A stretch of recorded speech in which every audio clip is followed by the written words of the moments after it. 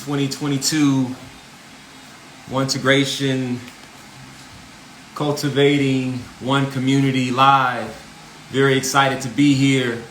In just a moment, we'll be joined by our co-host, and we have a whole plan of other participants, people coming to share about their purpose. And so we're very, very, very excited. So just bear with us, and things are going to get going in the right direction. Every day, we interact with hundreds of people, like these individuals. In a modern world, we are always faced with the challenges of connecting authentically in a digital world. Meet Darius. As a student organizer at his local college, Darius yearns to find things in the community to share with his friends and classmates that align with social equity, warding off spaces and places that do not align with him and his peers' interests. Meet Lindsay. She wants to be able to address her issues without airing them to everyone online. She wants to find a real-time way to confidentially connect with her circle of family and friends when she needs it most. Be in the know, lead the way, and create your new space. Sign up now at www.one2gration.com. Be the change agent on how community is done. Things that were floating around in my mind and helping to organize those things. Much love, much appreciation. I actually am live on both places because I knew that there would be some confusion. And so for everyone that has joined through the Techpreneur, the remainder of the guests will be joining on One2Gration. So if you could jump over there, T-shirt, Crystal, appreciate the feedback. But if you want to see everybody else and not just me, jump over to the One2Gration Live. That's where it's all going down. So let's see here. Mercury, we got to have you on the other side as well, brother. You're a big part of what we do, Mr. Mercury Universe.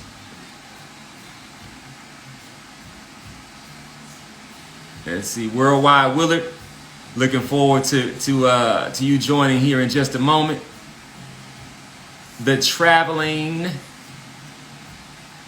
Mama, we will be with you in just a moment. You're first up at 11 o'clock. I would like to get our co-host Mercury on.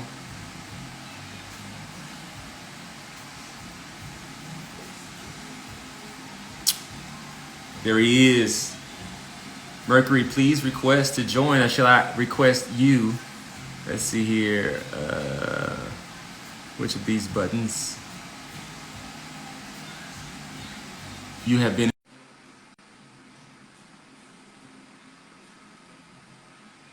invited, sir. I should be live. How's it going? Hey, welcome to the Cultivating One Community. Thank you for having me. I appreciate Second it. annual.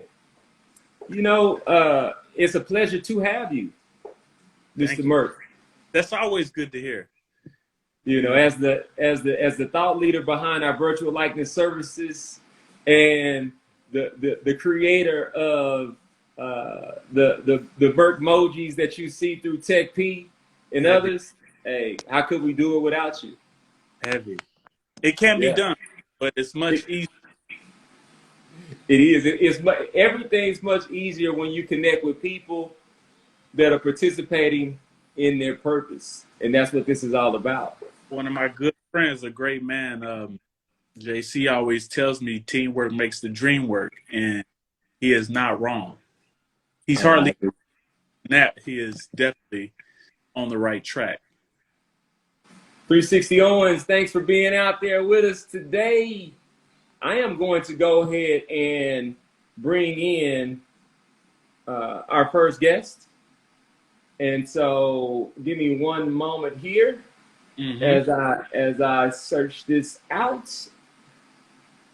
Marquita, you coming right up.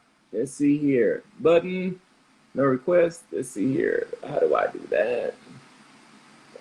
Invite.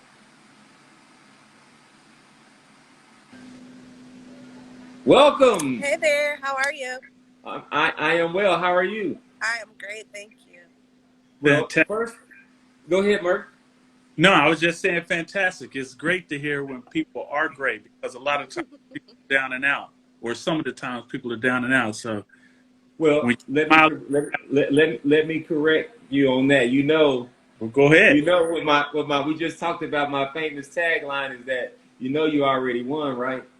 Indeed. Exactly. So no matter what you may be confused in believing, we don't lose, we win. We were built to win. We were created to win. And so that's part of what this whole movement is about, this community, this social media that we're building.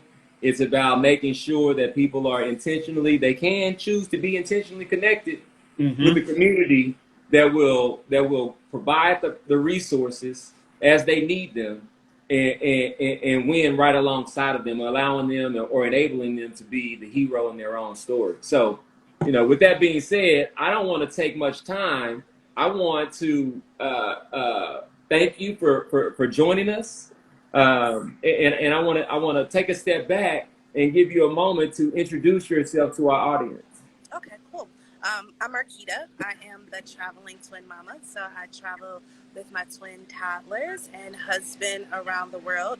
And really, the purpose of our platform is to give women and families confidence to travel the world, but also give them exposure to the world, right? Especially our kids, that there is way more to them than what America says they are. There's so much more out there for them to learn and explore and become. So, yeah, that's really who I am and the goal of my platform. What a beautiful vision. When I think about kind of One2Gration, diverse perspectives, people's plug, and all these things that we do, is really all about diversifying our subconsciousness and allowing us to be able to remove the chains, if you will. I have an uncle who did a piece a few years back. It was called Chains on the Brain. And so when you talk about traveling with your twins and exposing them to all these different things, every time they get to ingest or consume something outside of what is the norm, you're essentially raising that ceiling or removing that ceiling, if you will. So kudos to you and your husband. I look forward to collaborating more with you as we move forward. 100%. Well, Merk, you want to kick us off? With that, I just wanted to ask, just jump right in. What does collaboration mean to you? What is it that you use that you would be willing to collaborate with? Does that make sense? So the question was, what am I willing to collaborate with? What in the perfect environment? What does collaboration mean to you? Oh, okay. So I think collaboration for me is when two people, a group of people, however many people, come together and use their best and highest purpose for the greater good of the community or whomever you're working with. So whatever my skill is, I bring that to the table, and the same with the other people there. But we all have one vision to be able to uplift or provide whatever service it is to the community that we're working with. You know, it's such a, in my eyes, a blessed time for us to be in this moment, because exactly what you said is exactly what we envisioned. And the only thing that I would add to that is we were all uniquely created and designed with our own purpose. Right. And most times, most people think that they're competing with someone to the left or right or above or below or whatever the case is, and that's just not true. And what you just said was very specific to what you were created for, and I love that. Exactly. I I mean, love there's that. room for all of us to eat, right? So if we're walking in our purpose, then no one can take that from you. Just keep pushing forward, and it'll work out. Yeah. Hey, it always will work out, and we don't have to understand it is the key. Exactly. We don't have to understand it. Our job is to love, regardless of what the current situation is to show love and to elevate without needing to understand. And that's where we get our answers from. I've learned that through this journey. I started at a very low point, and right now, I think I'm pretty high. I'm pretty I high. love that. Yeah, yeah. So could you, I'll jump into one of the questions that we have here for you, and it's really based around your traveling from, like you said, globally.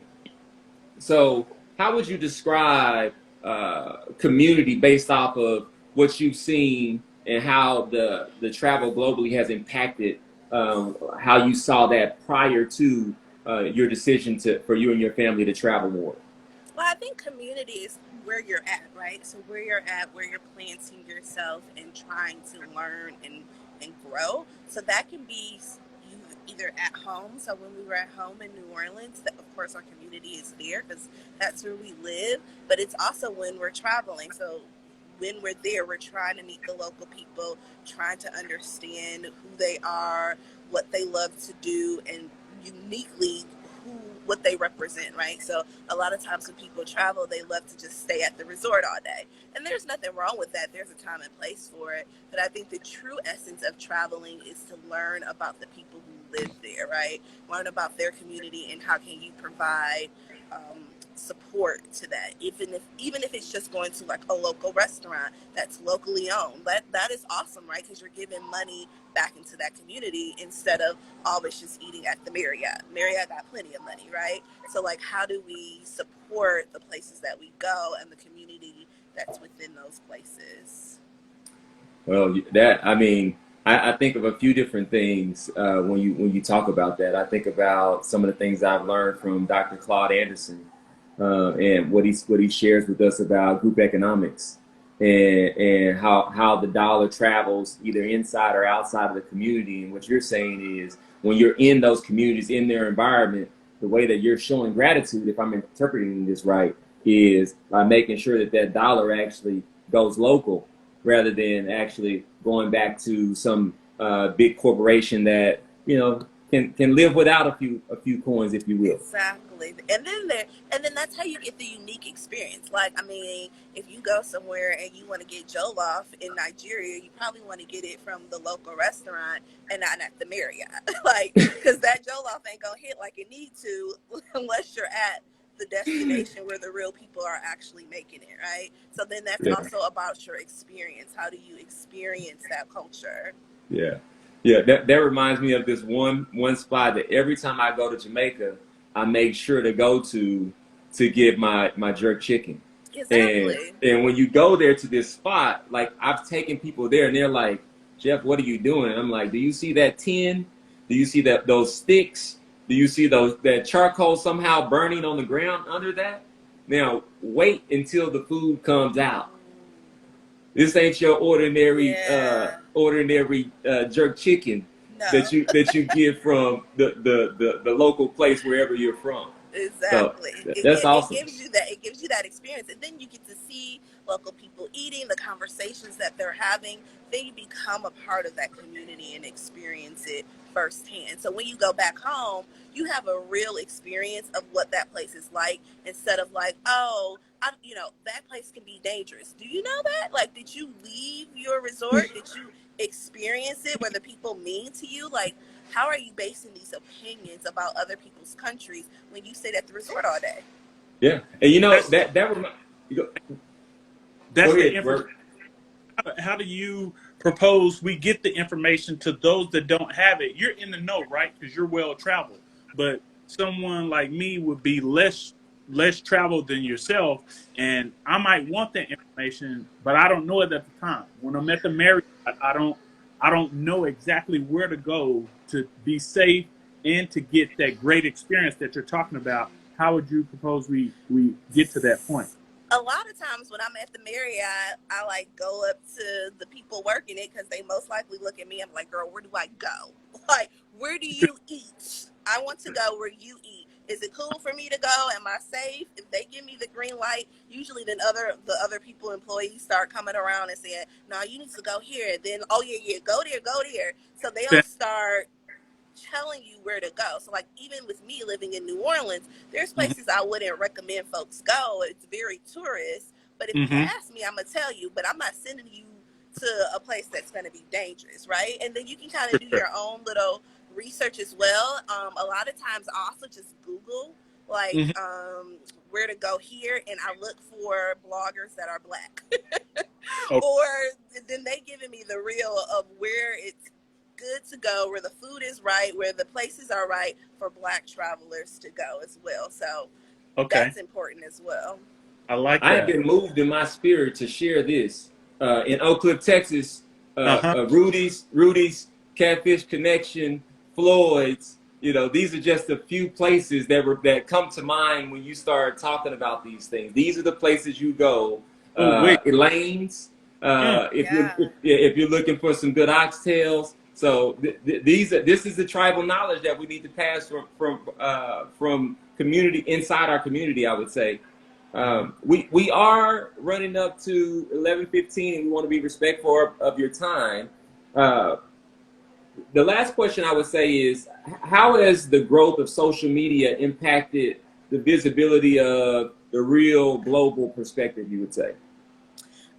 I think it's impacted it in multiple ways. It has shown people like us that there is a world for us. So a lot of times, like when I was growing up, I went to a predominantly white school. I would see people traveling, going to Paris for the weekend and stuff like that.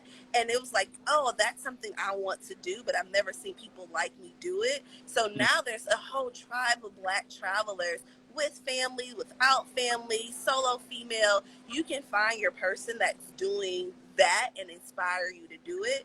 I think it's also finding the right people that is actually doing it for the right reason and not just for the gram, right? So that are actually giving back to the communities that they're in and really supporting it.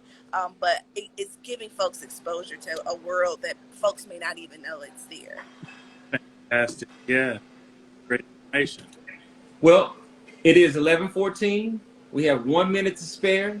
The last thing I want to say is we would love for you to join us for what we call a diverse perspectives conversation, where we get into a longer type of dialogue, and you know, we can work and we can talk about that. I don't want to put the pressure on for you to agree to that right here in this moment.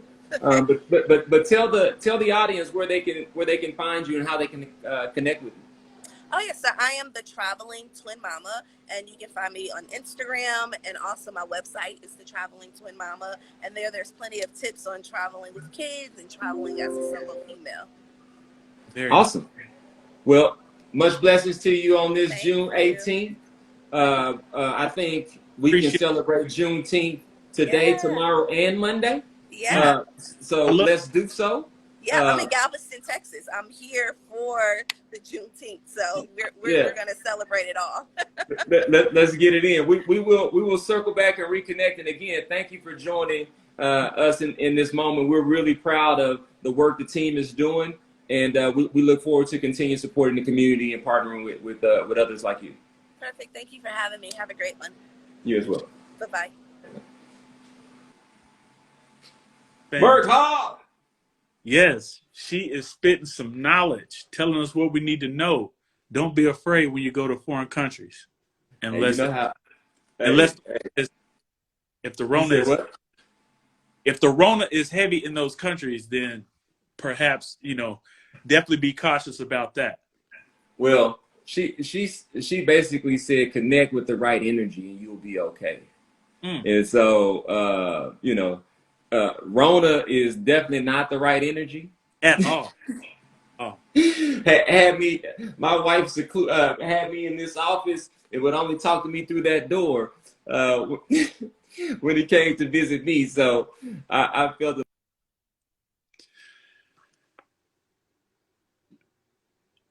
Okay, I can't use. Can you hear me? Yes. Okay, now I can hear you. Okay, let's go. Okay, so I think 11:15, we had one of my dear friends that I've known since I think 8th grade, Carlisa Dixon. But she has been pulled into a camp with her state championship finalist basketball team in preparation for next season. And so she has a conflict. We'll circle back and have a deeper conversation. So I think it's you and I for the next 15 minutes. So is she going to be able to come back through, or what's the case there? We are, hold on. She's requesting to join. Oh, whoa. Might have made time for us. She might Oh, have made time for us. the mojo is back. Sis, No. I'm here. Hey, sis, talking what's about good? here. You already won. Hey, I'm loving it. I'm loving it. We are blessed to have you here. How are you this morning? How's the team this morning? Everybody's great. I was able to go up there earlier this morning. Now I left my assistant coach there to kind of monitor while I came back and tried to do this because I was not going to be able to do this and watch them at the same time. So we appreciate that, and I know that you have an you're amazing team, being as though you have been to, I think, at least 4 state finals at 3 different locations. Is that right? So I've been to 3 state appearances at 2 different schools, and then of course I went as a player. So yeah, and when you went as a player, I think there was a little bit more detail that goes along. That was a pretty historic run, if I recall. like we did not lose a game. We won undefeated, state champs, 30-0. South Dallas. Yep. Yeah, and that's in the family too, if I recall, correct? Absolutely. My brother won a state championship as well in 94. Or 93. Hey, greatness. Yeah. Greatness. Yeah, so Carlisa, I mean, where do I start from an introduction? I think what I will say is this: from her mother to her brother, now to her, all great stewards of our community. And for that, that should be recognized and that should be uplifted as a model. Everyone should hear this story. We're going to have, deeper conversations about this, but I've been watching the journey along the way, and it's been nothing short of something that I'm proud to be just connected to you. Kudos to you. Thank you. I really appreciate that. It's been fun. It's been a great journey. Just looking forward to keep riding it. So, but no, thank you. I appreciate that. Yeah. And then we'll get into, when we have that deeper conversation, you can tell us all about that Team USA time you just got done. Hey, I'm watching. I'm paying attention. Yeah. So let's jump in. So our first question: if you could describe community and the impact of sports has on community in one word, what would you choose and why? Just on a personal note, I would say opportunity. Sports for me, especially coming up where I grew up, there isn't a lot of opportunity, first of all. And so when you connect sports with community, you actually see the impact that you can have in playing sports.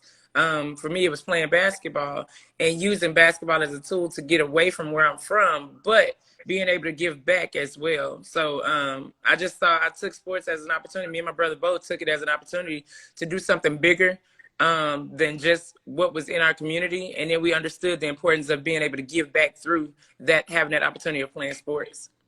Well, so I'm very big on the way things are interpreted. Mm-hmm. And because I watch you so closely and how often you hit that 45 heading back to South Dallas, all the time. I don't think you had a desire to get away. I think you maybe had a desire to go out and grab some tools to be able to bring them back, but not to get away. Well, that's true. Actually, I mean, I've been, in Dallas my whole life. So being able to take the opportunity in sports as a coach now to grow outside of just being in Dallas has been amazing. But like you said, I'm on 45 all the time. I'm actually going home Wednesday. So, being able to use sports as an opportunity to get away and to grow in my profession has been great. But I'm still part of my community. I still go home all the time. I still am active in my community. So, I'm always on 45. Yeah, just let me know when you need some help publicizing the next girls empowerment photo shoot you do with the citizens. I got you. Yeah, because I love it. We need more of that. Yeah, no, absolutely we do. And again, I think that that's all part of that opportunity that sports has been able to give me and able to give back to the community. How do like, how do you pass on opportunities to others that want it but don't know how to get it, and maybe they can't get to you? And I know you're spreading large and you're trying to multiply yourself, but Yeah. if you can't reach direct, how do you spread that opportunity? Through social media, and through just the different things that I actually do as a person, not just as a coach, but just as a person. Again, I'm always back home. There's a camp going on back at home this weekend. It's a friend of mine, a guy. He's having a camp out in the Bunton area, and so of course, I'm going to stop by there. I'm going to speak to those kids and be an impact however I can. So just allowing, and I'm taking somebody with me as well. I'm bringing somebody home back with me. And so one of my assistant coaches, she's younger. And so I'm just kind of bringing her along and letting her see how you're supposed to be able to give back, how you're supposed to be able to share those opportunities with other people. So she's not even from Dallas area, but I want to show her what it is that I'm able to do back at home. Okay. And if you could do some things better through social media in order to push your brand, push your narrative, what would those be? Or are there any? Man, you know what? This is something I'm going to have to talk to Jeff about, because I'm not even big on pushing a brand, so to say. I'm just me on social media. I do know a lot of people through my family and, how we, who we are and whatever. So it's just me being natural. I share my life a lot, and Jeff kind of pointed me in that direction, being able to get out there and, share my brand. I don't even know what that is, but, he's going to help me with that. All right, you're authentic and it comes through and we can feel that. And so I know I want to get involved. I just want to help just because your energy is just moving through the lives. So, let's make it happen. That's what I'm talking about. Well, hey, I'm with it. Whatever y'all just got to point me in the right direction on how to do it. So I'm good with it.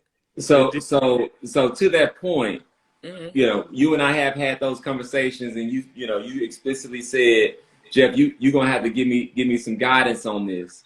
Part of the team that we built, a huge part of the team, is Mercury and Mercury Universe, who is got patents in this area of how to lead from a virtual likeness standpoint. So he will be a huge component of how we go out and take you being you and make sure that all aspects of you, and I think I laid out like 6 or 7 different yous that we can clearly articulate and show people and empower and inspire others. And so let's do it. Yeah, we're gonna get it. We're gonna get that done for sure.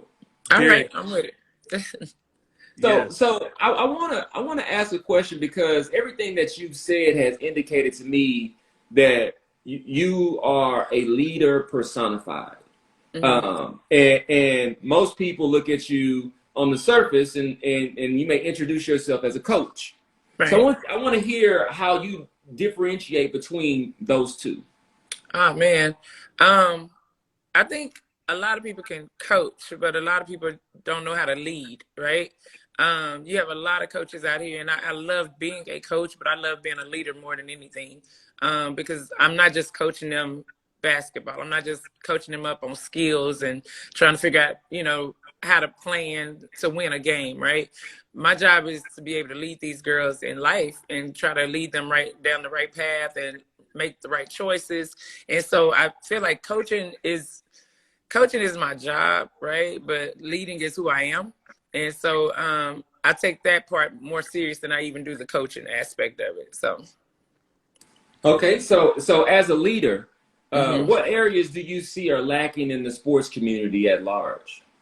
Oh man, I would say accountability. The kids are pretty much given, they have access to any and everything that they want nowadays. And it's almost they feel like it's a right for them to, whether it be play or whether it be for them to go to this school or whatever. It's a lack of accountability in showing kids that you got to work for things now. And I think a lot of people are missing that piece, because you want the big star on your team. You want the best player in your program. But sometimes those are the kids that need the most accountability. And they, a lot of coaches are not willing to hold those kids accountable. And I'm just not that type of person. I'm going to hold you accountable regardless of how many stars you have, because I grew up not even thinking about stars. So that part doesn't even matter to me. So the accountability part is a big piece that's missing today, and I stand firm on that. Awesome, awesome, awesome. Well, I mean, even in what you've said to us, it reflects leadership and you showing up and being present this morning, but then having enough trust in your team and the extension of you through your assistant coaches to actually get the job done and then come back to participate in something like this, which is a choice. And we appreciate that. We're going to have many more conversations. We're going to make sure that everyone gets to see all those different vignettes and all of the assets that you created by just being you. And thank you again for giving us your energy, your love, and your time this morning. We really appreciate it. Well, thank you for the opportunity. I appreciate you guys, seriously. And whatever I can do to help you guys, let me know. And I'm definitely going to be reaching out to y'all. And we want you to win. That's what I'm heard great things from Jeff, and I'm just excited. I can feel the energy, and you're accountable, and that's important because I have noticed what you were talking about with the other younger athletes out there. Yeah. So no, we definitely winning over here. We winning on the court and in life. So that's what matters the most to me. Yes. So before you jump out of here, can you share with the people how they can connect with you and that and such? Yeah, I'm on Facebook, just Carlisa Dixon, Carlesa Dixon, Dixon. I'm just Carlisa Dixon on there. CJ Dixon 32 on Instagram, and I don't even know what my Twitter is. I think it's Carlisa Dixon on Twitter. I have no idea. Hey, well, Elon Musk is in the mix over there at Twitter, so yeah, it might be good that you don't have much going on. Right. Yeah, so looking forward to partnering more. We'll speak soon. Love you. All right, thank you. I appreciate you. All right. All right, you guys. All right, bye. Bye. Carlisa getting the win. I love it. Another one. All right, so we're right on time. We're running on time. We have next up we have Worldwide Willard, who is I've connected with a bit, and I see great synergies as we move ahead. So I'm looking forward. Let's see if we can go ahead and symphony. Let's go. Let's see here. Let's go, people. Worldwide Willard, ladies and gentlemen. There he is. It looks like he got on the championship ring. Hey, that's what I'm winning. Welcome, Willard. Grand Rising. I'll say this before we jump in. I appreciate you making time for us. Thanks for having me. Midday on a Saturday. I mean, that's everybody's got a life. Everybody's got something going on. However, you connected with the energy and the cause and saw fit to I think you were the first person to join as soon as I went live. So I noticed those things, and I appreciate that. I want to take a step back and give a moment for you to give an introduction for yourself. Well, first of all, thank you for having me. Greetings from the city of Grit and Grind, the Bluff City, by way of Jackson, Mississippi. So I'm originally from Jackson, Mississippi. We currently live in the Memphis area, been in the Memphis area for probably almost 20 years now. But, a Southern gentleman through and through, but a creative as well. Former college athlete. I'm gonna make this real quick because it's super long. Okay. I played college basketball. I know I can play football. That's my wife's fault. She cooks good, That's a great one. I played college basketball. I coached, taught, was an athletic director for 12 years in the Shelby County school system. Okay. I also have been an artist for a long time. So I stepped out in 2013 to go full-time into marketing, graphic design, branding. I'm sitting in my studio here. You see the balls in the back. You gotta, stay true to your passions. The name of my company is Design 31, and our mantra is "Be Dope Daily." Because that's what we're trying to do. We're dope daily. Nice. In 2015, Me and my business partner, we co-started a prep school, a post-grad prep school for kids that wanted to play basketball but didn't have the opportunity. For 6 years in a row, every kid that finished our program signed a scholarship to play basketball. That's I believe in being a creative and giving opportunities and using my story to teach and multiply all the opportunities for kids that I run into, or just people. So when we're doing branding, if you're talking about your dream, I love to see your dream come to fruition. I love to see that idea turn into a logo, then it turns into something real. And then when you monetize it, out of here. Yeah. You know, so we do some of everything, man, from podcasting to social media management. But the main thing is just really being dope, doing something different, being creative, breaking the mold on a daily basis. Yeah. You know. Yeah. Also, I can't forget this. I call myself the NIL guru. The name, image, and likeness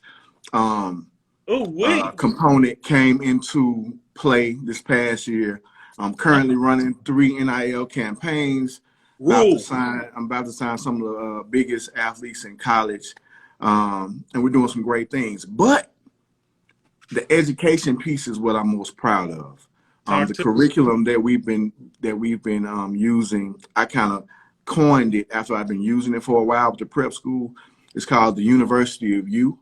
It's basically teaching you that you are a brand. You are a mini business yourself. You know, like Jay said, you know, I'm not a businessman. I'm a business man. You know, and the earlier you realize that, you know, the better it is for you in terms of living a life of fulfillment on a daily basis. You know what I'm saying? So the NIL space is what we've been working in for the past almost a year now, officially, but we've been doing it way before then. Like I said, man, hey, I could go on and on, but that's the snapshot right there, though. I love it. That's an incredible snapshot. And if we could take what you just said partially of what you do, because I know there's so much more, right, and then unify that with what we do, I think exactly. I think that you might be pointing up and to the left. Yeah. That's beautiful. Winning for everybody. Let me check. That's the theme. That's the theme here. So you're tying right into that with that opportunity, and I don't know if there's any more opportunity than getting paid off your name, image, and likeness. Right. Yeah. But look, before we go on, I got to give you this story here, because most times when people get a championship ring, they put it in a box, they put it on the shelf. But I want to feel like a champion every day. I want to look down in my hand. But let me tell you the type of champion this is. This is actually me. This is how I came up. Me and my brother, single parent home, just me and him and my mom. My brother was associate head coach at Texas A&M Commerce, out your way, about 45 minutes. No, I take that back. Let me stop. About an hour or so north of Dallas. So he was an associate women's basketball coach. And when they win, every time they win a conference championship or whatever, he sends me and my mother a ring with our names inscribed on the inside too. So since we grew up like that, when one of us wins, all of us wins. You know what I mean? And this means more to me than anything I could have won personally, because it's an extension of me. My little brother, you know, it is me. You know what I mean? So I wear this proudly, and I tell the story all the time because it's a family thing. You know what I mean? So I wear this every day. And you know it's a Johnston's ring, so I worn the color off of it. You know, we don't have to go, you know how those rings are. But I wear it every day. This is my wedding ring. This is why I wear it and place my wedding ring. You know, that's a beautiful story, Willard. I mean, to me, when I hear you talk about family and winning together, you know, it represents the fruits of the tree. And you're talking about your mother, you're talking about yourself, you're talking about your brother. It's a beautiful story, and I think it was perfect timing to share that with us. Appreciate it. You know, Merk, jump in, man. I'm just floored by. I'm just letting him flow, and it's better than any question I could ask. Go. Yeah, I'm amazed too. I mean, because that's branding and marketing at its finest. I just want to know more detail about, how he's bringing that to the NIL space to help push his people forward, to push your athletes forward, and how can others get involved with your stuff? Like, are you hand selecting your people, or are people just coming to you trying to get their brand and their marketing up? How does that work? Okay, so it's a couple components. Number one, Mm-hmm. the space is going absolutely bananas right now. I love it. Mainly because kids think it's a money grab. Now Yeah. I can get paid. But I'm like, no, don't just look for what you can get. Look at it as an opportunity. Number one, who are you? One. Mm. Who are you? What do you represent? What do you believe? Because somebody might throw $1,000 at you a month, but what if your beliefs don't align with the beliefs of that business? Then that's not good money. You know what I'm saying? But before you even understand that, you have to understand who you are and what you represent. So it's NIL's opportunity to like really self-realization, understand who you are at an early age, and what do I want to do with my life, and what are my passions? What can I wake up every morning doing, and I'm going to be happy with? That's one. Two, when it comes to businesses wanting you to be the front or the face of their business, understand it's a give and take type of thing, right? Because the relationship goes both ways, and you could be hot today and cold tomorrow, and they could drop you like a bad habit. You see it all the time. You know what I mean? Make a mistake, they'll be the first ones to say, okay, yeah, we appreciate your time, or just stop taking your calls. So in this space, what all can you get out of it as an individual? And nobody is doing that. I talk to agents almost every day, and all they want to talk about is price point, money. How much can my guy get paid? How much can my guy get paid? How much can my girl get paid? And I say, wait a minute. Let's talk about who the person is first, because it might not be a good fit. Because I'm going to do a deep dive into their existing social media. What do they stand for? What do they project? And I represent, like for instance, I represent Soul Pack.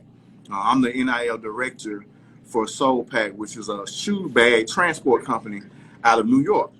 And they're pretty high profile, been at it for a while. They've been featured in GQ and Men's Health and things of that nature. So they have a good following, and they represent, good vibes. That's what we always talk about, good vibes, positivity. And we got to make sure that those people who want to be involved, that they are the type of people we want to be involved. So that's one part, that's one aspect of it. The other aspect of it is this is not free money when you get money. You have to pay taxes on this money. Nobody's talking about that. Also, if you're getting paid, there's a threshold. If you get more money than the threshold allows, then you can kiss your pail and your check that you thought you were getting back goodbye. So there's the business component of it rather. I'm sorry. So those two components are what I think about first. Then we start talking about the compensation aspect, because it doesn't have to be Nike. It could be Don Don's Hot Wings, and you can develop a relationship with Don Don's Hot Wings, and you might not even get money. But every time you come in, maybe let's say twice a week, you're able to get a combo for free, or whoever is with you. But at the same time, you're learning branding and marketing by pushing their wares, and then you understand how business goes, and that's more fulfilling, and that's more powerful and meaningful than just taking this money. Because I can take money and not be involved with anything, and when it runs out, it runs out. What did I get from it? How can I move forward? Because we're trying to make sure you move forward equipped, not just, okay, let me have this money right now and then it's over with. So it's so deep. But I tell you what, that's why I say I'm the guru. Nobody's talking about this. They're talking about the money aspect, and that's it. Period. Yeah. This is a destined connection and match. We tried to carve out some time to get together last week. We absolutely have to make it done. You heard me speak of the role Mercury Universe and Merc plays with with diverse perspectives and One2Gration as a thought leader behind our virtual likeness services.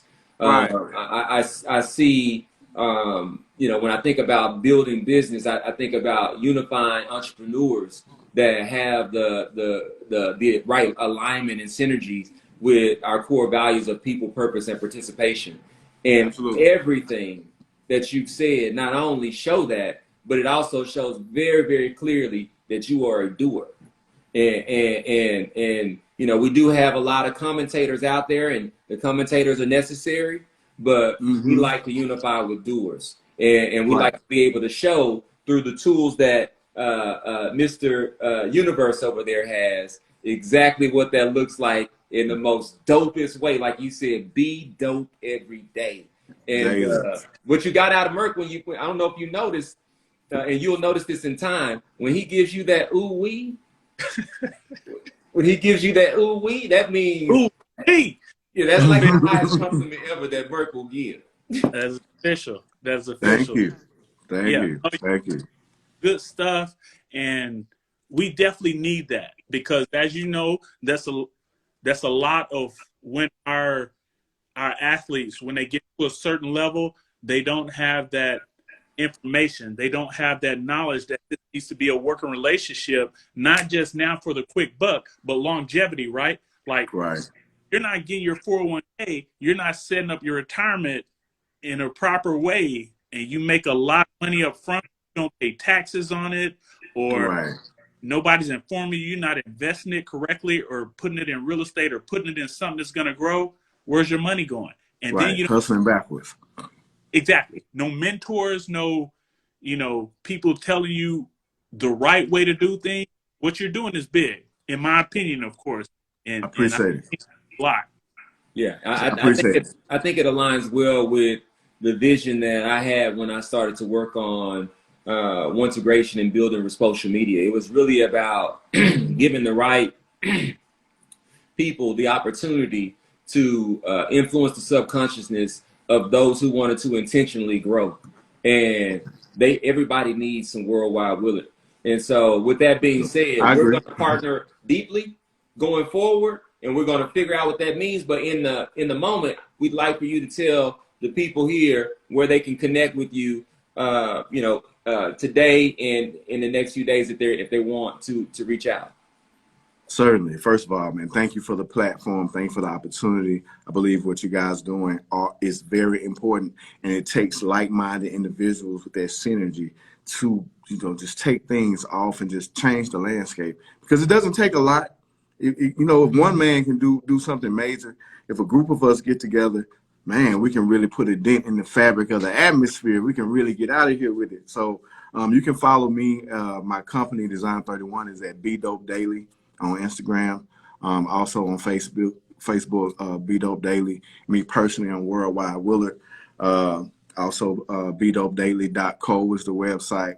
I would drop my number. It's 901-619-1475. I'm always ready to do business, always ready to be dope. Hey, again, if I had a certified stamp here to give, you have the One2Gration social media Tech Panther certification. This is somebody that I gotta connect with. Just because we like you said, we gotta build that community, and we gotta be connected with those that have that synergy. So yeah, I appreciate it. Hold on. Yeah. Don't forget this. Already. Well, I got some people. I got some people from there. I know you do. Know you do. People are in Jackson, so Yeah. Yeah. So I'm not. You gotta hit him, Jeff, with the ooh wee. Yeah. Yeah. Oh man. Thank you. Anytime, I'm ready to rock. Hey, we're gonna circle back. Let's jump to Bahia. We have Bahia next. Please, Bahia, you talking about power? That's what's coming up. So we're gonna jump to Bahia, and we'll circle back and get some time scheduled. We appreciate you joining. Thank you. We're gonna win big. Nice. Peace. Let's see here. Oh, there she is at the top. Ooh, what a pleasure. Nice. Bahia. Hey, What Hey, is going on? So, man. so before we jump in, I gotta say that this is my sister, and she has returned for the second annual Cultivating One Community. And the last one was, you know, Jeff kind of just moving and putting his best foot forward, and she carried us. I, I I, mean, you had amazing content and questions, so I did not carry you, but it was good. It was well, good. I'll just say there was overwhelming feedback that we want more. It was like, remember that old, I think it was a Easy E, Dre Day Ah, video, and in the beginning, we want we easy. we won't. Yeah, we won't. right. So thanks for joining. I want to take a step back, and I want to give you a moment to introduce yourself to our viewers. I had an earring wardrobe malfunction. Okay, I lost one. Okay, hi. I'm still at the house. I'm doing all my cultivating, which is what I do on the weekends. My name is Bahia Overton. Hopefully, in another month or so, I'll be Dr. Bahia Overton. So that will be good. And my background in mental health. I do research with Dr. Joy DeGrew on historical trauma, who's also my mom. And right now I'm the executive director for the Black Parent Initiative in Portland. And I have a business called Bahia Beauty and Wellbeing, and that's what I'm usually doing, cultivating things around that business on the weekends. So that's what I was doing. Well, so ain't no hopefully about it. In a month, you will be Dr. we know that we have to speak those things. Yeah. And once we speak those things, that's when they happen. And so ain't no hopefully about it. That's happening. Congratulations. It's coming in. Yeah, celebrations. We're celebrating right now. So I want to jump right in. Professional. I'm like in my home making mode. So I hope this is okay. Hey, listen, any way that you are in position to give what you have to give, we are in position to accept. I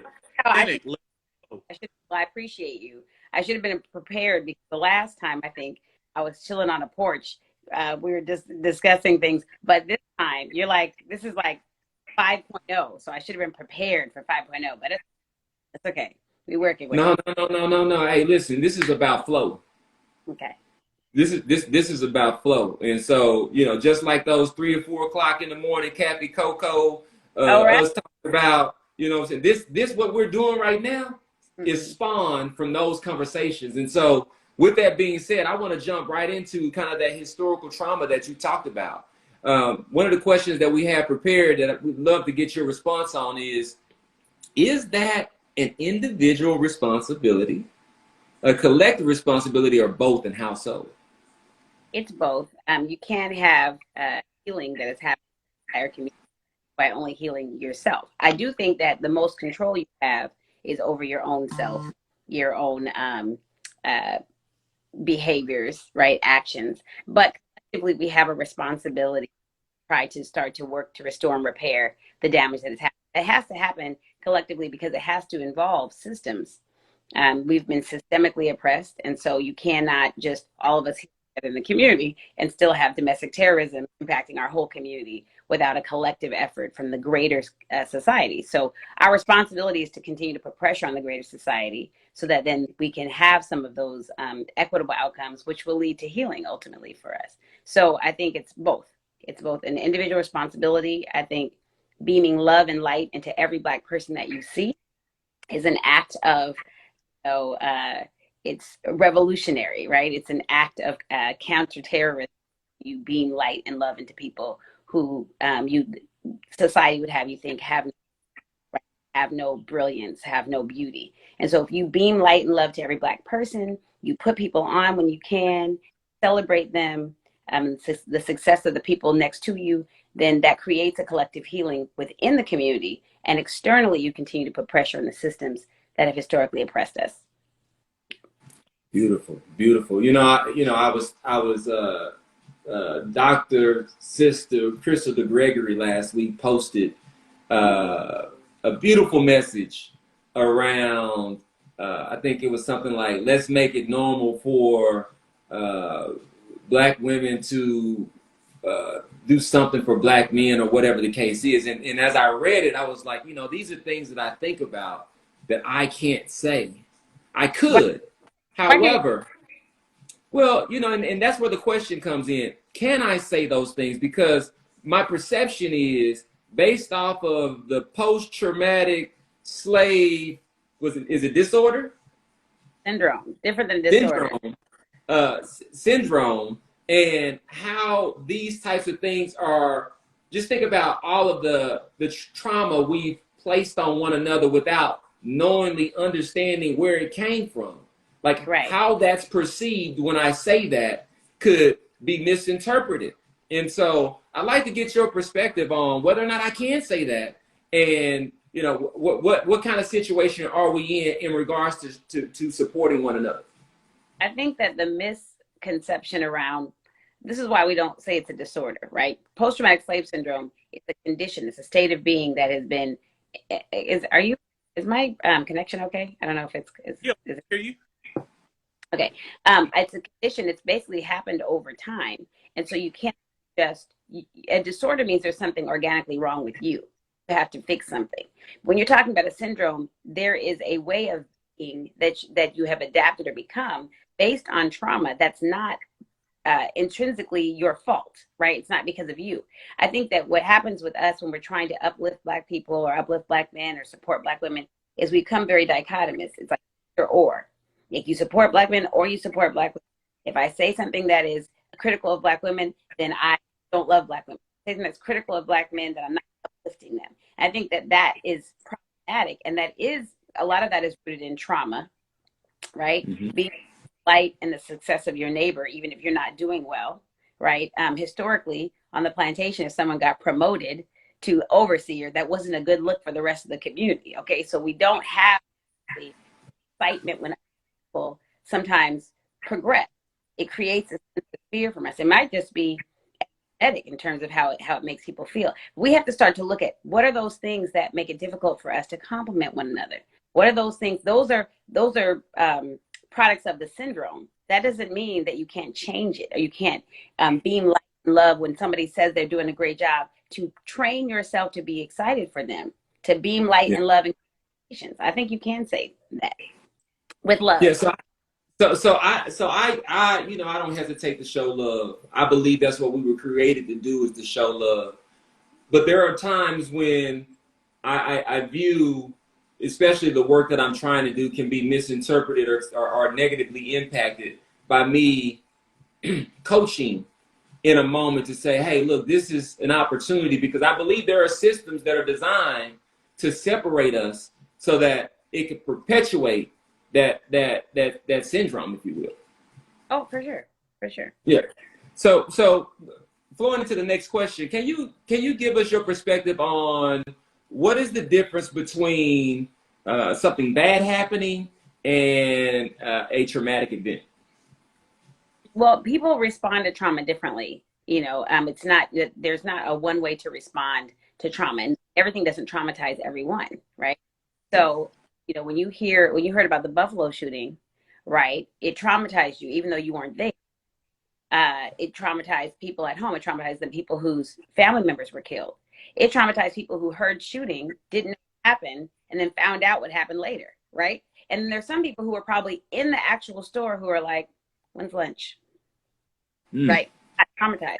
So it happened for every person. But what happens in our community is that we've had traumas consistently since we arrived in this country. It's never, right? There's no, that was the past, because you've consistently see it never goes away.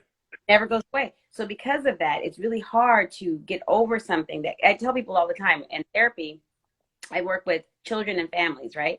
And say there was a couple that there was somebody had indiscretion, or they committed adultery in a relationship. potentially they can maybe able to move past, but not if the person keeps flirting with people every day. You know what I'm saying? You can't ever get the incident if you're still doing behavior, right? And so I think that that's the thing. Still seeing, you had, slave, oh, terrible. But then you have post-slavery, Jim Crow. You have all of the lynching happening. You have the civil rights era, which just trying to get people to be civil. And then you get, we consistently had trauma. So it's not plausible that our community has not experienced trauma. Individually, we may experience it differently, but collectively, you can be traumatized by a single event, but not for generations. You can't go, you're not unscathed if it's happened for generations. Right. And those things, they always think, because I'm like, to me, the solution is education, right? To educate the community.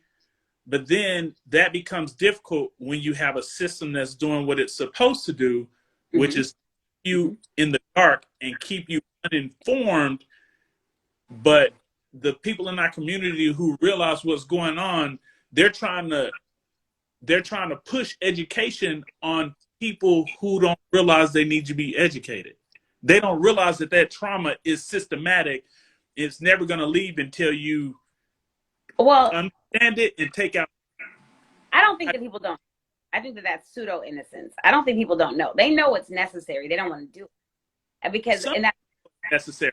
The system makers, they completely don't want to do anything about it. But then there are some people who are being oppressed by the system that actually caught on to why these things are happening, or they don't understand the history of everything. So they don't realize necessarily that it's a system. Does that make sense?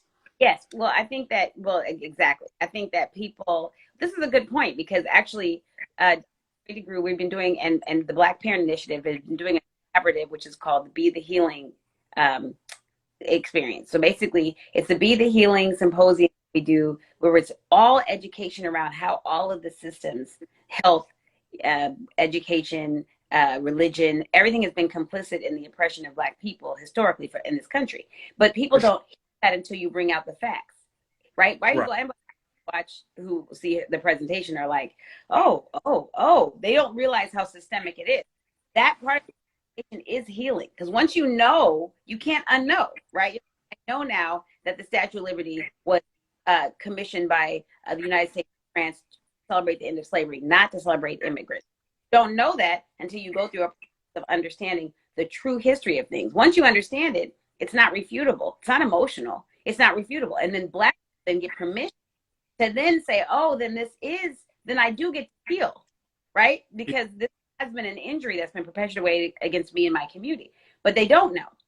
And there are white people who don't know, because they know it's wrong, but they like to be in this pseudo innocence of, I didn't know. Now you know, you have a responsibility. And I think that is something that is all of our responsibility, people, in a loving way, because people, they don't want to be treated like told what to do, or told that they're wrong. So you just baby gloves.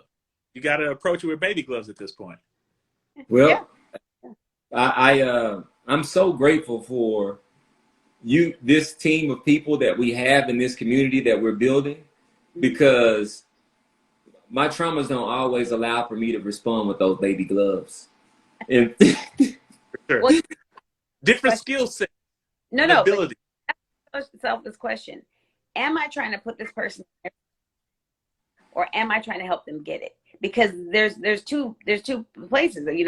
I know when I'm trying to put someone in blatant disrespect, but if I really want someone to get it, I have to be creative about how to deliver it, right? So that they can accept it, right? And that's why I build technology. That's why I build technology as the answer, because for me, I believe that the ultimate form of love is accountability.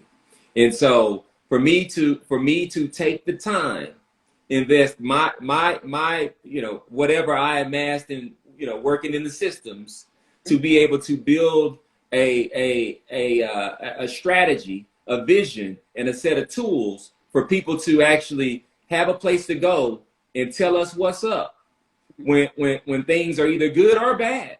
And then for us to have access to people like Mercury, people like Bahia, people like Worldwide Worldwide Willard, and so many others to creatively respond in the moment to go out and drive change with love. Right. That's kind of the vision of what we're doing. So I do want to be respectful of time. Right. We have Right. taken 2 extra of your minutes, of your most precious minutes. And so I will circle back. We do want to have a longer conversation, but Yes. before we get out of here, I want to give you a moment to share with the community about how they can connect with you. Okay, so a couple different ways. One, if you're going to be in Atlanta next weekend at Clark, Joy DeCruz is going to be doing her Be the Healing Symposium at Clark. So check that out. Go step right on it. It's free. Show up to that. You will get a lot of knowledge and learning. If you want smooth skin, of course, visit BahiaHoney.com. And if you really want to donate to an amazing organization, donate to the Black Parent Initiative in Portland, Oregon. We're doing good things. So we haven't said this, but we cannot let you go without saying this. Fiskite, Fisk University.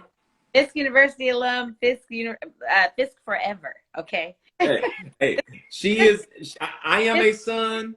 She is a daughter. Ever on the altar. On the altar. That's right. Fisk forever. Fisk, thank you again. I look forward to year 3. I'm booking you right now. Yeah, Much love. We'll chat ready. soon. Yeah. All right. Later. Bye. Yeah. I don't know how to get out of here. Me, I don't know either. So, hey, listen. So dope, bro. So dope. But hey, listen. Right now, we do have Mr. T Right Not Wrong up on deck. T Right Never Wrong. What's T going Right. And I just got to tell you guys as we come in, this right here, Mr. Right for One2Gration and for me represents the power of God. And so, I spoke a while ago, and I can show you guys the video, and I said, hey, God is going to send us a story and a use case that shows what we can do. And on February the 10th, we got that call. And so that call was from Terrence Wright. So I want to take a step back, and I want to let Terrence introduce himself, and then we can kind of jump and go from there. Good afternoon. How are we doing today, everyone? Glad to be here. And definitely enjoying the conversations thus far and seeing the community that you've built, Jeff. I every day more and more, I see the vision. I see the vision coming more and more clear. As you said, my name is Terrence Wright, Black man, father of one, 30-plus year recreation professional, working in the field of recreation. Been in Plano, Texas here since '98. Grew up in Houston, Texas. Okay. Just an avid lover of God and joining into this mission that I've been guiding my path to you, Jeff. Hey, you know what? I told you when we first in the first conversation, and Merck even said it last night. He said, Jeff, I think that may be your superhero catchphrase. Yeah. I told you, Terrence, you already won, right? You already. And every day, and I can say this. I didn't necessarily know exactly how it would play out, but I had enough understanding to know that I didn't have to understand, and all I had to do was use the gifts and the education and experiences that I had been given. And so far, so good. So I want to just share how much I appreciate you for walking this path with us. And I want to jump into some of these questions, if you don't mind. No problem. So what role do you think parks and community centers play in unifying community, and why?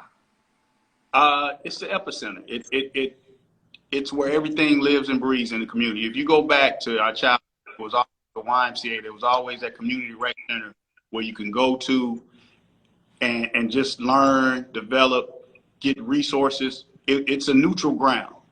When I thought about the questions in advance, you can go to your church for goods and services and resources, but you think something else is attached to it. A lot of times at the rec center, it's the neutral ground. It's where people can come in of all races, creeds, denominations, organizations, everything. They have the facility space, and they come in, and you get those resources, and you don't feel anything else attached to it. You know that's where you can go grab that extra.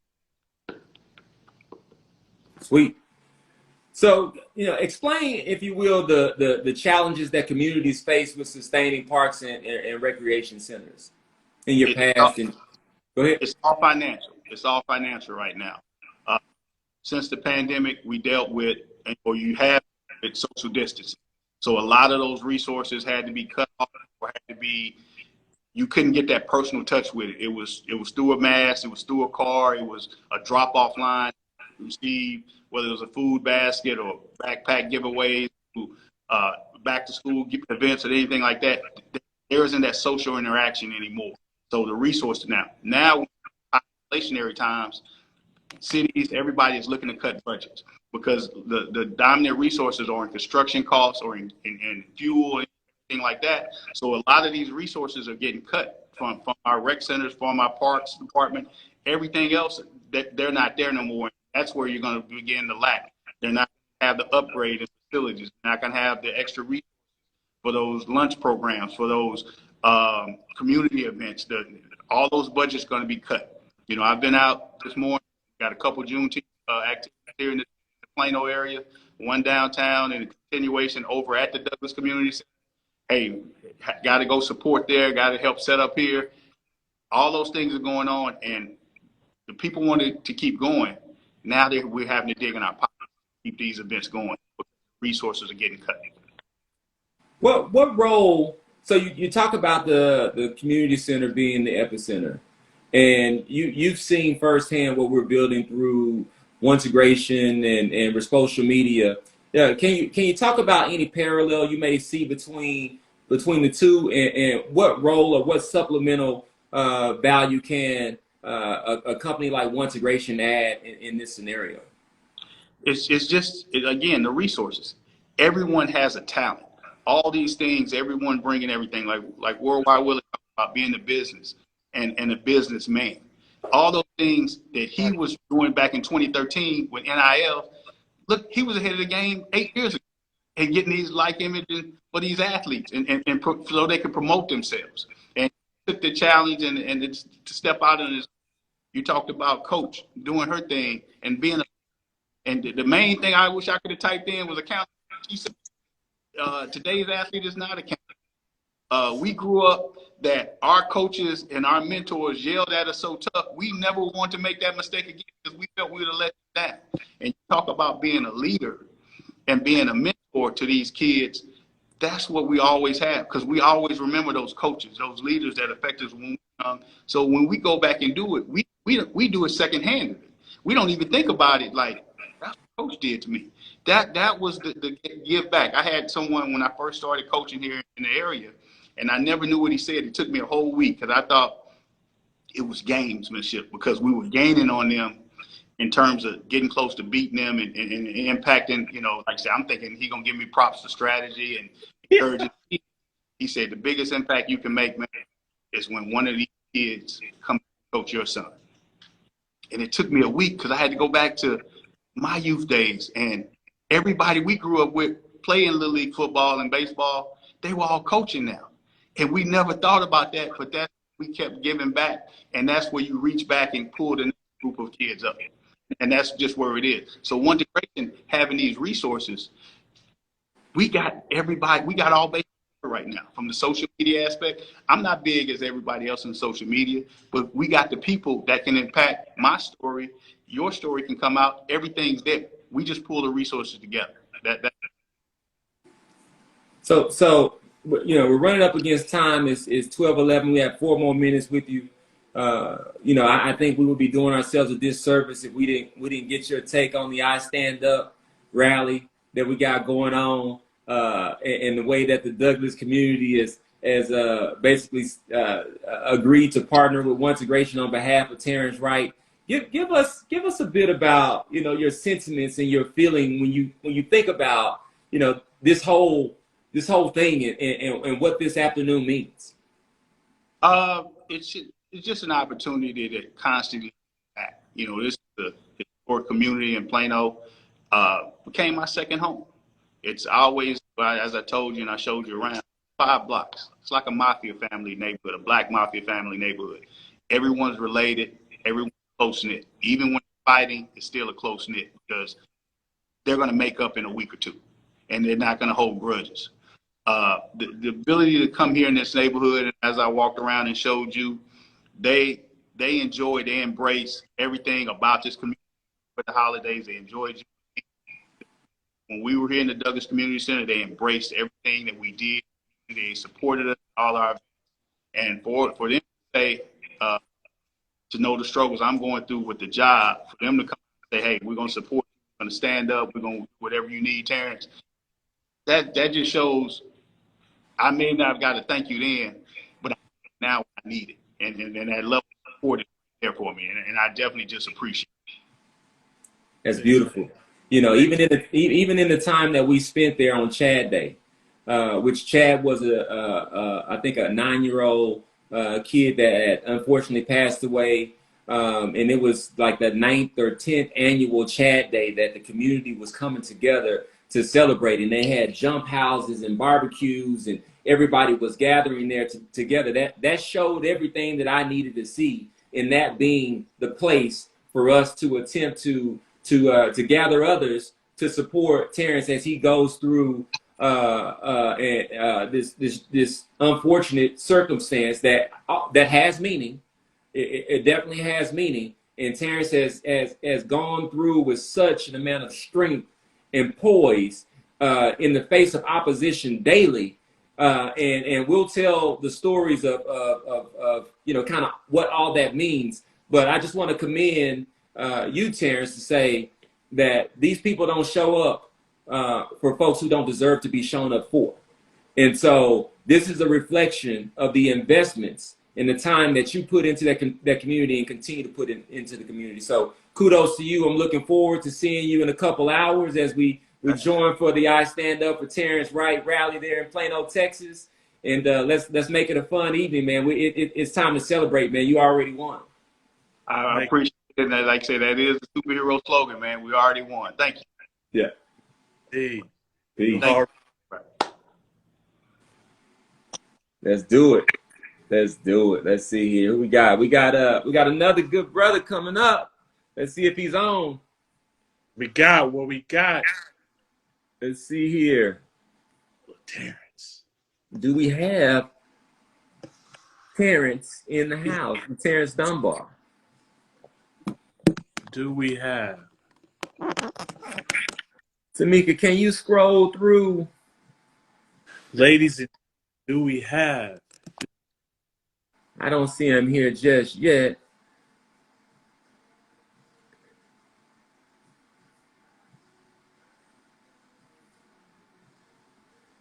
Mr. Mercury, I have to say that this is, I don't ever have limitations on my expectations because I know, anything is possible. But I'm very, very pleased with the way the community is showing up right now and participating in everything that we have, been able to offer the community thus far. Well, what are your thoughts?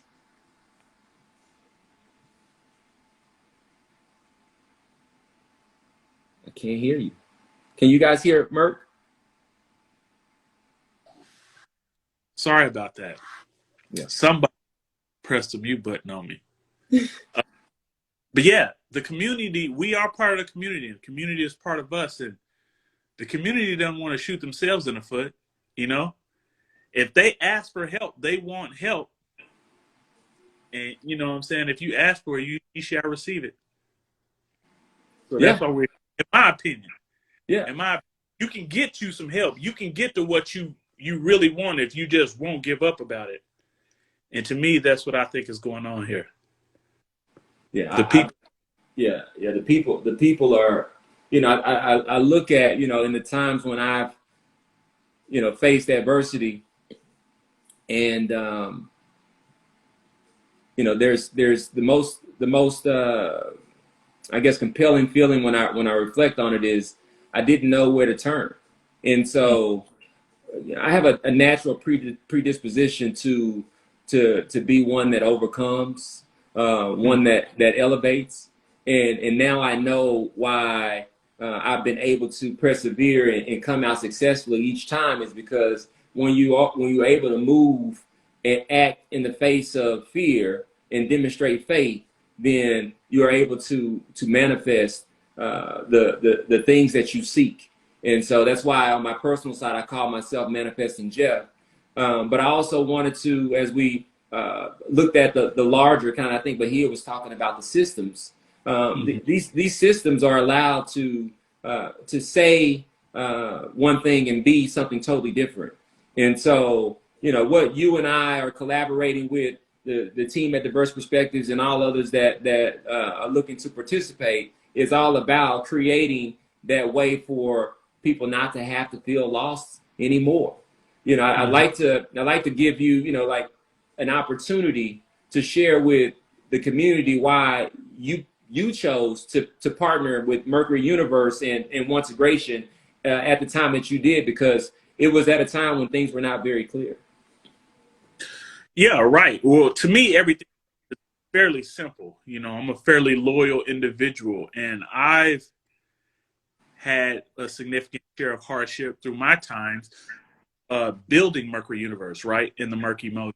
And you're not going to get a lot of help from a lot of people, right? And until they understand what it is that nobody's trying to stick their neck out or risk their livelihood.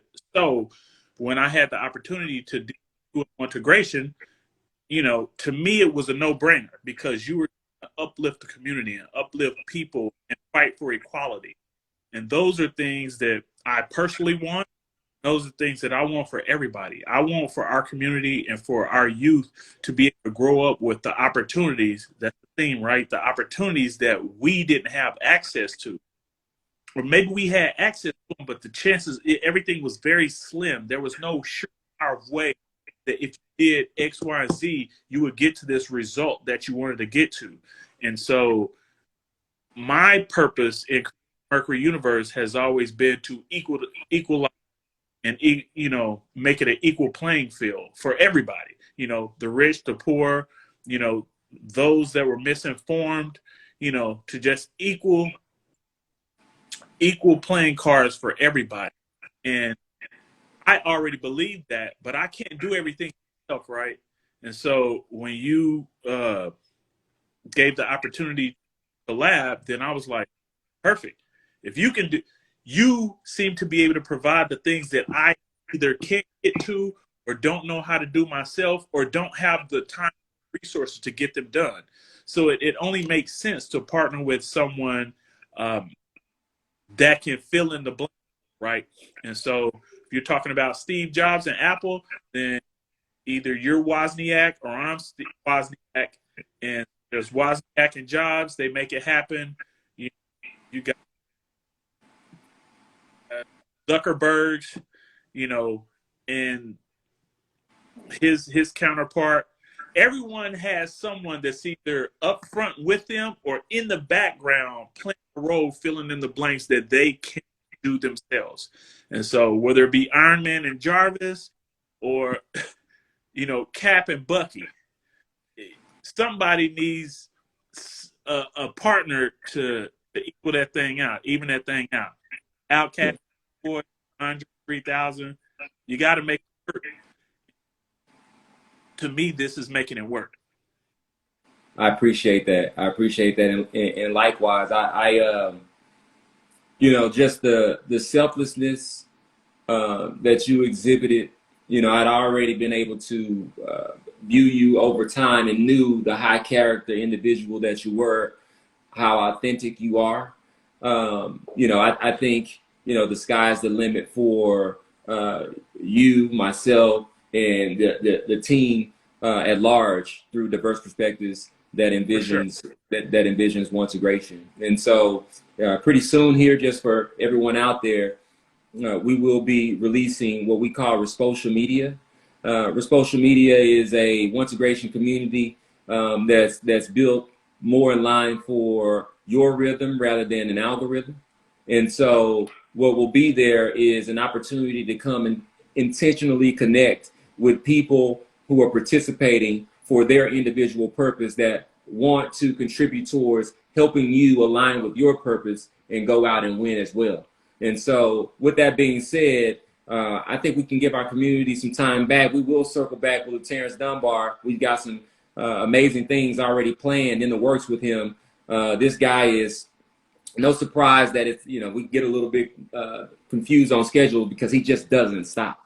And so he's always putting on for the people in the community. And we appreciate him for that. And that's why we wanted him today. And that's why we'll make sure that we reschedule and bring this to you all. So with that being said, we'd like to say, visit us at www.one2gration.com.